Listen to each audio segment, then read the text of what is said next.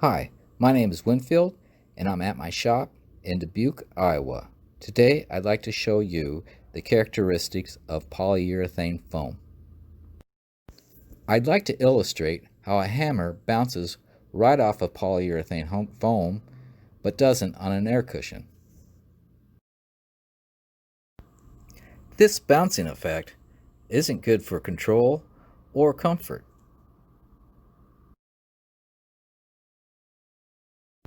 Bouncing up and down on the seat can impair vision and make you fatigue faster.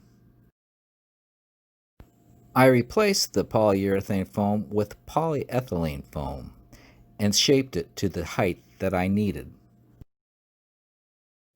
I then added a piece of plywood 1/8 inch thick to further deaden any kind of bounce that the foam has.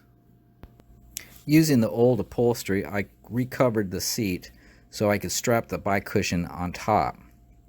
I do not recommend upholstering over the bike cushion, for that will lose performance.